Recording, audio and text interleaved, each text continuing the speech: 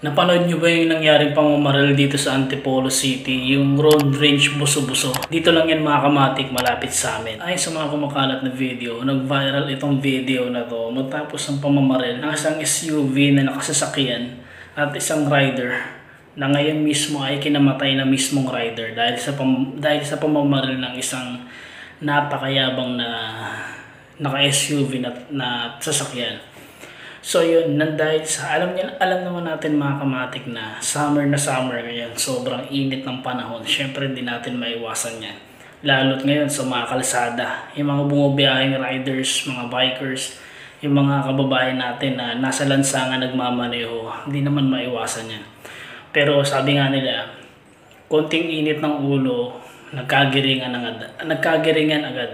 Okay lang mga kamatik kung mismong napagsabihan lang or what.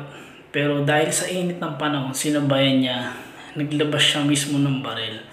Ang isa pa sa pinakamasama nito mga kamatik, ay mismong asawa at anak pa yata ang nabaril niya, na ikinamatay din ng mismo ng rider. Nakakalungkot lang, ang bilis ng karma, no? Imbis na mismong rider mismo yung babarilin niya, sa hindi yata inasahang pangyayari, nagkaroon ng ligaw na bala na tumama sa mismong asawa niya at sa mismong anak nito. So yung nakakalungkot lang, no? Ang may papayo ko lang dito mga kamatik sa nangyari ditong pamamaril dito sa Antipolo City, na kung saan nag-viral mismo agad to. Wala pang mismong 24 oras mga kamatik, no? Nakakagulat. Sa bilis ng kayabangan niya ng lalaking itong naka-SUV na naka-black. Alam naman natin na respeto din naman sana natin. Mabuti pa nga siya nakasasakyan eh. Kamusta naman yung mga riders na nakabike, na nagdi-deliver na napakainit, tapos nasa lansangan pa, samantalang siya, ang ganda na sasakyan niya, naka-aircon pa. Nagkagiringan agad ang konti. Parang yata sa parking lot or what. Okay lang kung suntukan eh. Nagkaroon ng suntukan. Sa hindi inasang pangyayari, alam naman natin ng mga Pinoy, lighayang matulungin. Kapag once na meron na argabyado, agad na tinutulungan.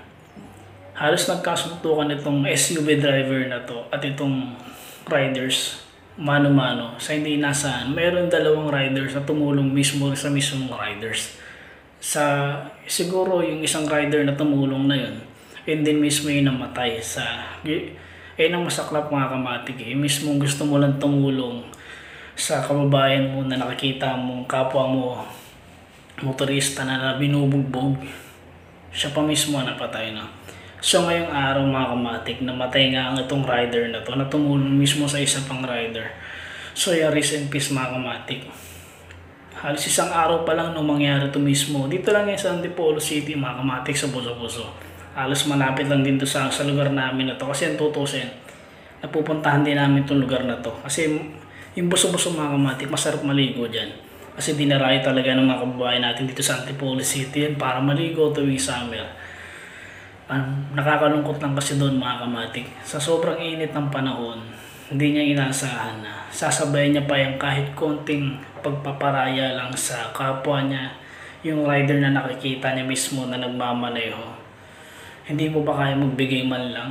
Kasi kung tutusin, maswerte ka kasi nakasasakyan ng gamit mo. Kamusta naman yung motorista na nakamotor lang mas napakainit, tapos ikaw naka-aircon? Ang may papayo ko lang dito sa nangyari dito sa pamamaril dito sa Buso-Buso sa road rage. Alam naman natin na napakainit ng panahon. Konting lamig ng ulo. Wag niyo sasabay ng init ng panahon. Alam naman natin yan na okay lang kung suntukan, walang kahit na ano para lang may mamatay. So rest in peace sa namatay na riders. At sa asawa naman na mismong namaril, sa sobrang kayabangan niya, kinarma siya mismong asawa niya ang napatay niya pa, at yung anak. So yun ang mapapayo ko rito sa dalawang to, sa mismong rider at sa mismong lalaki na naka-SUV na namaril mismo sa isang rider. Alam naman natin na pareho silang napakahirap magmaneho, pero wag naman sana natin idaan sa init ng ulo, yung init ng panahon. Alam naman natin na hindi biro yan eh. Dahil wala pang halos 1 oras o 2 minuto o 24 oras mula na mag-viral to. Halos buong Antipolo City pinag-uusapan nga itong viral video na to. So ikaw mga kamatik, ano bang maipapayo mo rito sa nangyaring pamamaril dito sa Antipolo City, sa Rondridge, sa Buso-Buso? Ano ba yung mapapayo mo sa isang rider at sa isang SUV taxi driver na namaril dito sa isang rider? I-comment mo yan sa baba at pabasahin natin isa-isa yan.